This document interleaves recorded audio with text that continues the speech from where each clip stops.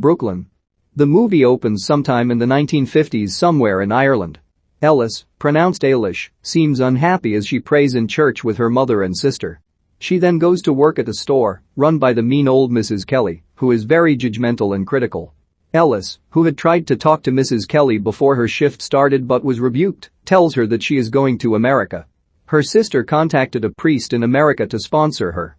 She says she can work until she leaves, but is not permitted to do so. Mrs. Kelly guilts her for leaving her sister behind to take care of their mother for the rest of her life. Ellis is at home at dinner with her mother and her sister, Rose, who does not think so highly of Mrs. Kelly either. They talk about the weather and about Ellis buying clothes. Ellis meets up with her friend Nancy. They discuss boys, particularly one boy, George, who seems to like Nancy. Ellis admits that she didn't put in more effort because she's going away soon.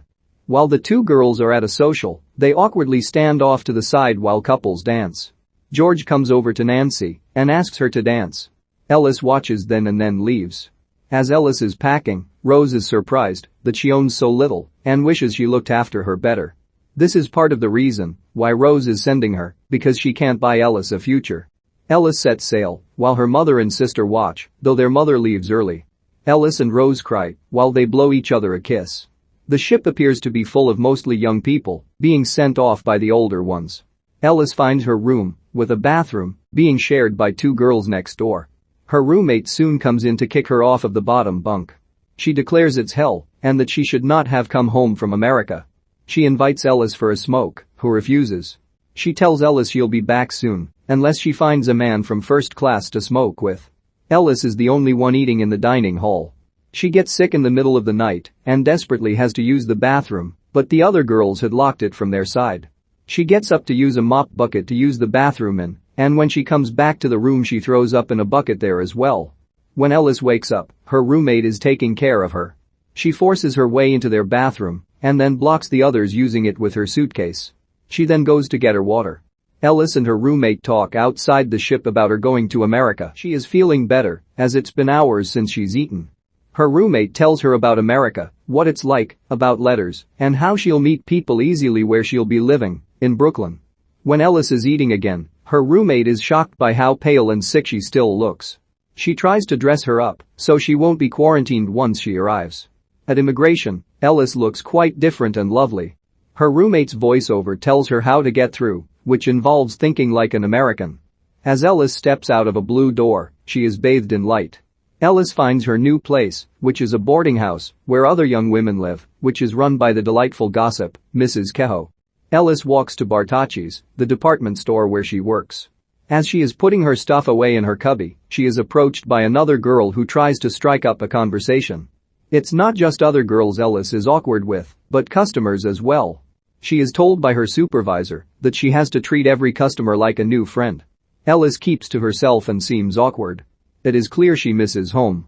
On the day Ellis had forgotten to check for mail, it turns out she had gotten letters from home. As soon as dinner is done she rushes up to read her letter from Rose. She cries as she reads the letter. At work, Ellis is still being watched by her supervisor. She asks her if she's crying because it's her time of the month, which it's not. She tells Ellis to take a few minutes off and sends her to the staff room. While there Ellis is approached by the priest who had sponsored her, Father Flood. He had been told she was doing so well that he didn't think she would need looking after. He lets her know that she has enrolled her in a bookkeeping night class at Brooklyn College. He says that they need Irish girls in Brooklyn and she wishes she were back in Ireland. He assures her that she will feel wretched at first, but that it will then move on. The class does not seem to be an easy one, where they are learning about a Supreme Court case. Ellis is interested and doing well, though, and earnestly takes notes. During the break a male classmate shares with her how hard he finds it. During dinner at the boarding house, they discuss their Christmas plans. The other girls make fun of Ellis since she is going to be serving men at the church who have no other place to go. The priest explains to Ellis when she asks that these men don't go home because there is nothing there and they've lost touch. As a thank you, a man stands up to sing beautifully in Gaelic, which evokes emotion in Ellis as well as the other men. The music continues overhead during the film as the meal continues and is then cleaned up. Ellis walks home where she is greeted by Mrs. Kehoe. As the two have a drink, Mrs. Kehoe explains that with one girl leaving, Ellis will be offered the best room in the house, the basement, since she is pretty and sensible. The other girls indeed look differently at Ellis during the next dinner. Two of the girls will be going to the movies instead of to a dance. Mrs. Kehoe remarks that hopefully they will have better luck with their new boyfriends than the ones before. Ellis says she will take the new girl, Dolores, to the dance. Sure enough, the two girls just sit at an empty dance. Dolores talks about wanting to meet a guy. The girls who had said they would go to the movies end up coming to the dance. They bring Ellis to the bathroom to put some lipstick on her and remarks that she looked like she had been milking cows. Ellis is dancing with a boy who is teaching her, though he quickly moves on to another girl. She is then approached by a boy, Tony, who had been watching her and they dance, including to a slow song. Tony asks Ellis where she lives and asks to walk her home. She says yes, and then explains why, so he won't get the wrong idea. She points to Dolores and says that he'd be rescuing her from Dolores. While they're walking, he admits that she's not Irish, which she already knew. He explains that he's fully Italian. He came to the dance because he really likes Irish girls. Ellis makes him nervous as she teases him about if he danced with anyone else. Once Ellis arrives home, he asks to take her out next week. She accepts and says goodnight. He watches her go in and leaves. While Tony and Ellis are out to eat, Ellis tells him about school and how she wants to be a bookkeeper and eventually an accountant. She wants to know about his plumbing work, but he would rather hear about bookkeeping, which she goes quite in depth about. She also tells him about Rose. She's been talking, so much though that she hasn't eaten much. At the boarding house, the girls are all knowingly smiling at Ellis. Mrs. Kehoe criticizes them and says Ellis is right not to say anything to those gossips. When they make fun of Tony's shoes, Mrs. Kehoe says she's going to ask the priest to talk about giddiness, the 8th deadly sin. Tony is waiting outside of class for Ellis to take her home. While they're riding on the trolley together, he dances around the question before asking her if she wants to meet his family. He tells her Italian food is the best in the world, which she's never tried.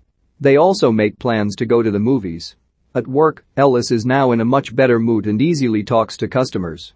Her supervisor notices and says she's a different woman. Ellis offers it's because of Tony. Her supervisor says that, since he doesn't talk about baseball or his mother too much, she should keep him. At the boarding house, the two other girls teach her how to eat spaghetti, which Ellis is trying to do with a fork and a spoon.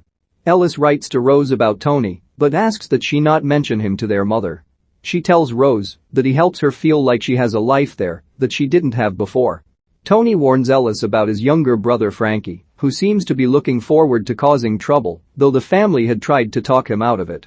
At dinner, Ellis is much more of an expert at eating spaghetti and even tells Tony's mother that she took classes. Frankie then bursts out that they don't like Irish people since one of his brothers got beaten up by an Irish gang. He is then taken aside by their father. While Ellis shares how she is going to college for bookkeeping and working at the store, Frankie comes back to admit that he was a rude idiot, and they all applaud. One of Tony's brothers asks Ellis if Tony has talked to her about baseball, and they say that's how she'll see him in the summer if she goes with him. Tony is a Dodgers fan and jokes how it will be bad if their kids are Yankees or Giants fans. Frankie points out that Ellis isn't laughing and so must be a Yankees fan. Tony walks Ellis back home. Once they arrive, they hug goodnight. Tony says that he loves her. She thanks him for a lovely evening, but is unable to say it back. While Ellis is looking at herself in the bathroom, another girl accidentally comes in. Ellis asks her why she isn't married, which turns out to be because her husband met somebody else and left her. When Ellis asks if she'd get married again, she says she, of course, would. Ellis isn't sure if somebody has asked her. The next time Ellis comes out of class, Tony isn't there. She is about to head home on her own when he shows up late. He seems awkward about last time, and even though Ellis wants to talk about it, he changes the subject and talks about the job he had right before he came to that dance. She insists she talk, though, and lets him know that she loves him back. He was worried they were going to have a totally different kind of talk. Ellis asks him not to talk about their kids being Dodgers fans. Rose writes to Ellis, thanking her for her nylons and talking about her golf tournament. She can't wait to see her one day. Over dinner with their mother she is crying. Ellis brings her grades to Father Flood and says she has saved up enough money to pay for them on her own now and to pay him back. He remarks how much she's changed. Mrs. Kehoe points out how Ellis is the first girl to have passed exams while living at her house. Ellis shares that Tony is taking her to Coney Island to celebrate. The girls tell her that she'll need to think carefully about her costume. Even Mrs. Kehoe agrees, since it'll be the most he'll have seen of her, and she won't want to turn him off. Ellis's supervisor helps her with bathing suits and comments on her needing to shave down there. She does compliment her full behind, though, and helps her into a nice green suit. Tony and Ellis seem to be enjoying Coney Island together. At the beach, though, Tony has to hold up a towel so that Ellis can change into her bathing suit. They certainly enjoy swimming and kissing in the water. Ellis writes to Rose to let her know she's really happy in America for the first time and that it's because of Tony. He took her to a Dodgers game and she's looking for office jobs. She'll even soon be able to afford coming home for a visit. Their mother knocks on Rose's door, though, to find her dead. Ellis is approached by Father Flood while at work. He explains that she likely knew she was sick but didn't tell anyone. Ellis is upset that they're burying Rose without her being there, and she believes she'll never see her sister again. Father Flood says he thinks she will and that her sister will be watching over her. When the phone rings, Ellis hesitates but picks it up. It is her mother who tells Ellis about the funeral. She makes Ellis cry, though with how she has no one. Father Flood comforts her. Ellis cries in Tony's arms while they're out to eat. He understands that she wants to go home but is afraid that he won't see her again. He says he wants to take her somewhere. Tony takes her out to Long Island, to an open space where he hopes to build houses for his family and be in a building company with his brothers. He asks Ellis to at least think about it, but she says she doesn't need to. Ellis can't sleep. Her mother back in Ireland is praying the rosary at church dressed in all black. Ellis gets up to go to Tony. She explains she needs to go home for just a month or two. He asks her to marry him before she goes. She's hesitant, but he says if they don't he'll go crazy. Ellis brings Tony to her room where she warns him if he makes any noise she'll get evicted. They make love, and when done they hear footsteps, though they fortunately stop. Ellis has Tony stay the night. The two are all dressed up to get married at City Hall. Tony plays ball with a little boy there and strikes up a conversation with his Irish father. He wants Ellis to meet them, but their name is called. When Tony drops Ellis off at home, they wonder what their children will think about such a story. Ellis is back home in Ireland. As she walks out of church with her mother, she sees Nancy, who is engaged to George. Her mother already knew, but wanted Ellis to hear it from Nancy. Ellis is invited to the wedding, which is set to take place after Ellis plans to leave, but her mother says she can stay. Ellis brings flowers to Rose's grave. She talks to Rose about Tony and cries about how she wishes everything were different. They go through the letters of condolences with Ellis wondering if she'll keep going back and forth sending thank you notes. Nancy is there, and her mother sends her off. Nancy isn't there with their other friend Annette though, like Ellis had been expecting. Rather, she and George have brought another young man along, Jimmy. Once they arrive at the rugby club, Ellis asks why Jimmy is there, who had broken off an engagement with another girl because he didn't think she was serious enough. She reminds Nancy that she's going back to the United States, but Nancy assures her she can have fun before they go back. While walking with Jimmy, he tells Ellis that he went to Rose's funeral and that her death was the saddest thing that happened in town. His mother knew her since they were in the golf club together. While talking to Nancy, George, and Jimmy, Ellie distinguishes how she lives in Brooklyn rather than Manhattan, which isn't very glamorous. Since she wants to be a bookkeeper like her sister, Jimmy says she should do some work before she goes back. George accuses him of wanting Ellis to stay, but Jimmy says he's just thinking of Ellis. Her mother is still up and asks about her evening and asks about Jimmy. He'll have his house to his own soon, and her mother says he's a catch.